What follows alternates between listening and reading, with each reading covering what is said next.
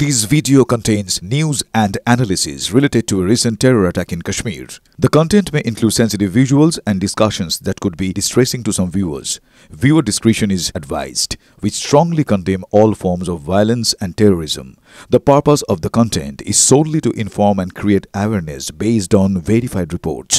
আমরা বারবার দেখছি পাকিস্তান বিভিন্ন কারণে কোণঠাসা হচ্ছে, কিন্তু তাতেও যুদ্ধ জিকির থামছে না পাকিস্তানের। যুদ্ধবিরতি লঙ্ঘন করছে পাকিস্তান এবং এক দুদিন নয়, টানা 5 দিন ধরে এই ছবিটা আমরা দেখছি।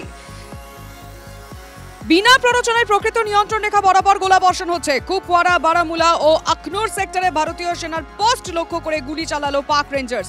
পাকিস্তানকে সমুচিত জবাব ভারতীয় সেনার।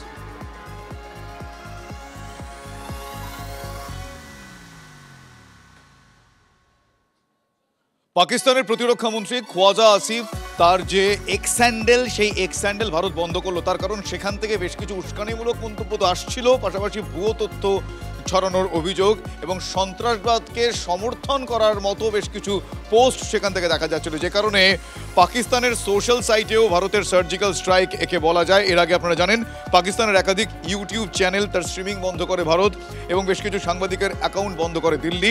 পাকিস্তানের সোশ্যাল সাইটে এবার সার্জিক্যাল স্ট্রাইক প্রতিরক্ষা মন্ত্রীর এক্স হ্যান্ডেল সেটা বন্ধ করলো ভারত। তার কারণ জম্মু কাশ্মীর নিয়ে মিথ্যে তথ্য এবং ভুয়ো খবর ছড়ানো হচ্ছিল, অভিযোগ এমনটা।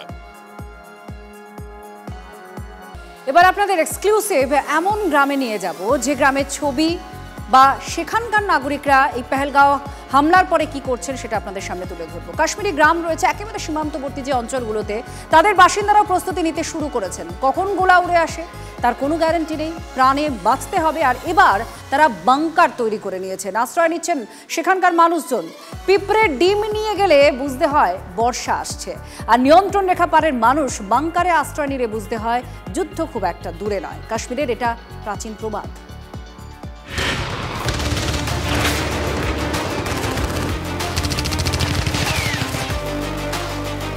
কখনো সীমান্তবর্তী উড়ি সেক্টর তো কখনো পাক অধিকৃত কাশ্মীর সীমান্তের কুপওয়ারা। সেনার নিরাপত্তা গাইডলাইন মেনেই ছুটে বেড়াচ্ছে আমাদের ক্যামেরা। দাঁড়িয়ে আছে উত্তর কাশ্মীরের কুপওয়ারা জেলার একদম নিয়ন্ত্রণ রেখা বরাবর যে এলাকা, সেখানে আমি যে রাস্তায় দাঁড়িয়ে রয়েছি সেটা মূলত বর্ডার রোড এবং এখানে বেশ কয়েকটি সীমান্ত গ্রাম বা বর্ডার ভিলেজ রয়েছে। উত্তর কাশ্মীরের শেষ প্রান্ত কুপওয়ারা এই জেলা উপত্যকার অন্যতম স্পর্শকাতর এলাকা, কারণ এর 3 দিকই পাক অধিকৃত কাশ্মীর। পাকিস্তান থেকে যখনই কোনো ধরনের সিজফায়ার ভায়োলেশন হয়, যখন শেলিং শুরু হয়, এই সমস্ত গ্রামের মানুষকে নামিয়ে নিয়ে যাওয়া হয়, কারণ এই সমস্ত গ্রামে পাকিস্তান থেকে শেলিং হলে এই সমস্ত জায়গাতে ক্ষতিগ্রস্ত হয়। কিন্তু আচমকা গোলাগুলি হলে আমাদের প্রতিনিধিরা পৌঁছে গিয়েছিলেন জঙ্গল ঘেরা মার্সেরি গ্রামে। এখানে জীবন হাতে নিয়েই জীবন কাটান বাসিন্দারা। यहाँ पर गोले अगर गिरते हैं तो हमारा ये पूरे बच्चे वगैरह पूरे सहम जाते हैं सर। हम भी अपने घरों में सहम जाते हैं, क्योंकि हमारे यहाँ पर बैंकर वगैरह किसी चीज़ का ऐसा अरेंजमेंट नहीं है ताकि हम अपने सर छुपा सकें। रातों से हमारे लोगों को रात को नींद भी नहीं आती है डर की वजह से सर। तो पहले हमारे गाँव के ऊपर से इधर उधर गया है, लेकिन कभी कहीं 1-2 बार यहाँ पर गिरा है गोला। 1-2 बार गिरा, यहाँ पर भी गिरा। हमारे गाँव में आता है सर, तंगदार साइड से आता है, बुरनमल साइड इसी साइड से आता है, सीलिंग आता है, पाकिस्तान का सीलिंग आता है। 1965 আর 1971-এর যুদ্ধ দেখেছেন রশিদের গ্রামেই কামান বসিয়ে পাকিস্তানের দিকে গোলা ছুড়েছে ভারতীয় সেনা। আজ ফের একটা যুদ্ধের পরিস্থিতিতে মানসিকভাবে প্রস্তুত হচ্ছেন রশিদরা। তবে শুধু রশিদই নন, রশিদের মতো শয়ে শয়ে পরিবার মানসিকভাবে প্রস্তুত। সেই প্রস্তুতির ছবি দেখতে হলে পৌঁছতে হবে আরও দূরে। মার্সারি থেকে কিছু দূরেই চৌকিবল গ্রাম। এই গ্রামে এর আগে 2019 সালে পাকিস্তানের দিক থেকে শেলিং হয়ে 3 জনের মৃত্যু হয়েছিল। চৌকিওয়াল গ্রামটা পাক অধিকৃত কাশ্মীরের গাই। কুপওয়ারার অন্তিম প্রান্তে মৃত্যু যেন আরও কাছে। এই গ্রামের কাছেই 2 কুখ্যাত ভ্যালি, একটা নিপা ভ্যালি আর একটা নীলাম ভ্যালি। এই 2 ভ্যালি থেকে যে কোনো সময় অতর্কিতে হামলা চালাতে পারে জঙ্গি বা পাক সেনারা। এখানেই তাই জীবন আরও অনিশ্চিত, আর জীবন বাঁচানোর ওষুধের নাম বাংকার। আমরা দেখতে পাচ্ছি প্রায় 1.5 ফুটের কংক্রিটের মোটা দেওয়াল উপরে রয়েছে এবং তার তলায় এইরকমই একটা ছোট্ট প্রায় 3.5-4 ফুটের দরজা, এবং দরজার তলায় একটা বড় ঘর, প্রায় 12 থেকে 14 ফুটের 12x14 ফুটের একটা ঘর রয়েছে। মেঝেতে কাঠ পাতা রয়েছে। মাটির তলায় কংক্রিটের মোটা দেওয়ালে বাঁচবে জীবন। যুদ্ধের আবহে এটাই চৌকিওয়ালের বাঁচা মরা। ऊपर लगभग इसको 18 इंच लगा पड़ा है ये स्लेब। ওপরে যেমন ছাদটা প্রায় 1.5 ফুট 18 ইঞ্চির মোটা কংক্রিটের পাত রয়েছে, সেরকমই দেওয়ালগুলো 3 থেকে 3.5 ফুটের বলে দাবি করছেন। এবং এই বাংকার যাতে কোনোভাবে, এই বাংকার এতটাই মজবুত করে বানানো হয়েছে যাতে কোনোভাবে পাকিস্তানের দিক থেকে শেলিং হলে সেখানে যাতে যারা আশ্রয় নেবেন তাদের কোনো ক্ষতি না হয়। সরকার বাংকার করে দেয়, কিন্তু সব বাড়িতে তো সম্ভব নয়। দুর্গম এলাকায় তাই অনেকে নিজেরাই তৈরি করেছেন দুর্ভেদ্য বাংকার। कम से कम 10 लाख रुपए लगा है इस बैंकर को, और जब शेलिंग हो जाती है तो उस वक्त वक्त नहीं मिलता है भागने का। जब फैमिली बड़ी होगी, घर में माँ है, बच्चे हैं, अच्छा लेडीज़ है, तो उनको जल्दी जल्दी शिफ्ट करके इधर ले आते हैं। এটাও একটা যুদ্ধ, যে যুদ্ধে শরিক এই আখতাররা। এই যুদ্ধে আখতার আর তার পরিবারের সদস্যরাও শহীদ হয়। তবুও যুদ্ধ থেকে পিছু হটতে পারে না চৌকিওয়াল। एक कज़न थी, वो उसकी डेथ हो गई थी, और हमारा एक बच्चा था यहाँ पर 15 साल का, उसकी भी डेथ हो गई थी, और एक छोटा बच्चा था 3-4 साल का इधर पार तुमना में, उसकी भी डेथ हो गई थी उसमें, उस शेलिंग में। ক্যামেরায় তুষারের সঙ্গে সিজার, TV9 বাংলা, চৌকিওয়াল, কুপওয়াড়া। এই মুহূর্তে আরও একটা আপডেটের নজর রাখতেই হবে। ধনিয়াখালীতে সেনাকর্মীর বাড়িতে হুমকি, পোস্টার, মুন্ডু চাই লেখা পোস্টারকে ঘিরে চাঞ্চল্য।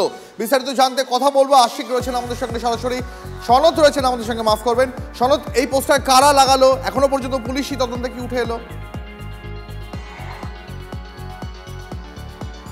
দেখো দিব্যা, বর্তমানে কাশ্মীরে কর্মরত সেনা জওয়ান গৌরব মুখোপাধ্যায়, তার বাড়ি হচ্ছে হুগলি ধনিয়াখালীর তেলমুড়ি গ্রাম পঞ্চায়েতের বাগনান গ্রামে, যেখানে গত শনিবার তার বাড়িতে প্রথমে একটি পোস্টার লাগানো হয় এবং তারপরের দিন রবিবারও কিন্তু তার বাড়িতে একটি হুমকি চিঠি পাঠানো হয়। সেই চিঠিতে লেখা ছিল যে গৌরব মুখোপাধ্যায়ের মুন্ডু চাই, পাশাপাশি তার বাড়ি উড়িয়ে দেয়া, এবং চিঠির শেষে লেখা ছিল পাকিস্তান জিন্দাবাদ।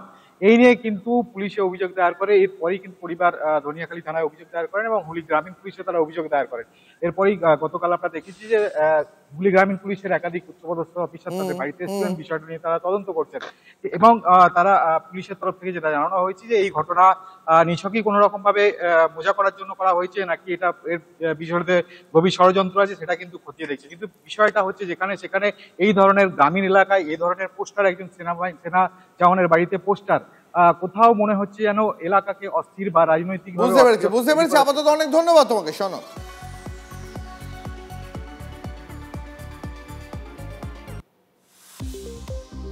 পেহেলগাঁওয়ে জঙ্গিদের অবস্থানের হদিশ পেল সেনা। দক্ষিণ কাশ্মীরের অজ্ঞাত জায়গায় হামলাকারী জঙ্গিদের সঙ্গে জঙ্গিদের মধ্যে লড়াই। নিরাপত্তার কারণে এলাকার নাম প্রকাশ করছে না TV9 বাংলা। 4 জঙ্গিকে ঘিরে ধরে এনকাউন্টার চালাচ্ছে বাহিনী, খবর সেনা সূত্রে। কোণঠাসা হয়েও যুদ্ধজিগির পাকিস্তানের টানা 5 দিন সংঘর্ষ বিরতি ভেঙে গোলাগুলি পাকিস্তান সেনার। বিনা প্ররোচনায় প্রকৃত নিয়ন্ত্রণ রেখা বরাবর গোলাবর্ষণ। কুপওয়ারা, বারামুলা, আখনুস সেক্টরে ভারতীয় সেনার পোস্ট লক্ষ্য করে গুলি চালায় পাক রেঞ্জার্স। পাকিস্তানকে সমুচিত জবাব ভারতীয় সেনার। মেডিকেল ভিসায় ভারতে আসা পাকিস্তানিদের ডেডলাইন আজ শেষ। আজকের মধ্যেই সব পাকিস্তানিকে ভারত ছাড়তে হবে। পাকিস্তানিদের জন্য সাধারণ ভিসার মেয়াদ ফুরিয়েছে 2 দিন আগেই। শুধু দীর্ঘমেয়াদী আর কূটনৈতিক ভিসা ছাড়া কেউ থাকতে পারবেন না। সংসদে বিশেষ অধিবেশন ডাকুর সরকার। আর্জি জানিয়ে প্রধানমন্ত্রীকে চিঠি বিরোধী দলনেতা রাহুল গান্ধীর। সন্ত্রাসবাদের বিরুদ্ধে গোটা দেশে একাট্টা, গোটা বিশ্বকে দেখাতে বিশেষ অধিবেশন ডাকার প্রয়োজন চিঠিতে উল্লেখ করেছেন রাহুল গান্ধী। আন্তর্জাতিক মঞ্চে ফের পাকিস্তানকে তুলোধরা ভারতের। রাষ্ট্রপুঞ্জের মঞ্চে পাকিস্তানকে অপরাধীদের স্বর্গরাজ্য বলল ভারত। রাষ্ট্রপুঞ্জের ভিকটিমস অফ টেররিস্ট অ্যাসোসিয়েশনের আলোচনায় নিশানা। জঙ্গিদের মদতের ইতিহাস রয়েছে পাকিস্তানের। পাক প্রতিরক্ষা মন্ত্রীর মন্তব্যকে হাতিয়ার করে আক্রমণ রাষ্ট্রপুঞ্জের ভারতের দূত যোজনা প্যাটেলের। 2-3 দিনের মধ্যেই হামলার আশঙ্কা করছেন খোদ পাক প্রতিরক্ষা মন্ত্রী। ফের সার্জিক্যাল স্ট্রাইকের ভয় পাচ্ছে পাকিস্তান। যুদ্ধকালীন পরিস্থিতির আবহে এবার আকাশ সীমায় সংকুচিত করে দিল পাকিস্তান। নোটিশ তো এয়ারম্যান ইস্যু করে বন্ধ করা হলো একাধিক এয়ার ট্রাফিক রুট। লাহোর এবং ইসলামাবাদের এয়ার ট্রাফিক রুট 3 দিনের জন্য বন্ধের সিদ্ধান্ত। 28-30 এপ্রিলের মধ্যে লাহোর আর ইসলামাবাদ কার্যত বন্ধ থাকবে বাণিজ্যিক বিমানের ওঠানামা। প্রত্যাঘাতের আশঙ্কায় ভুগছেন খোদ পাক প্রতিরক্ষা মন্ত্রী। হামলা করবেই ভারতীয় সেনা, মন্তব্য পাক প্রতিরক্ষা মন্ত্রী খওয়াজা আসিফের। পাকিস্তান জুড়ে হাই অ্যালার্ট জারি। সেনাবাহিনীকেও চূড়ান্ত সতর্ক করা হয়েছে বলে মন্তব্য করেছেন পাক প্রতিরক্ষা মন্ত্রী। হামলার হাত থেকে রেহাই পেতে বন্ধু দেশগুলিরও শরণাপন্ন হয়েছে পাকিস্তান, জানিয়েছেন খোদ পাকিস্তানের প্রতিরক্ষা মন্ত্রী খওয়াজা আসিফ। ভারতের হামলার ভয়ে দেশ ছেড়েছেন পাক সেনার একাধিক অফিসার। প্রতিরক্ষা মন্ত্রকের অনুমতি ছাড়াই দেশ ছেড়েছেন পাক কর্তারা। চাঞ্চল্যকর এই স্বীকারোক্তি পাকিস্তান সরকারের। দেশ ছেড়ে যাওয়া অফিসারদের বিরুদ্ধে এবার পদক্ষেপ করছে পাক সরকার, দাবি পাক সংবাদ মাধ্যম সূত্রে। যুদ্ধের ভয়ে দেশ ছাড়ছে পাক নেতাদের পরিবার। পরিবারের সদস্যদের বিদেশে পাঠিয়ে দিয়েছেন পাকিস্তান পিপলস পার্টির চেয়ারম্যান বিলাওয়াল ভুট্টো। গতকাল গভীর রাতে পাকিস্তান ছেড়েছে বিলাওয়ালের পরিবার, খবর পাক সংবাদ মাধ্যমে।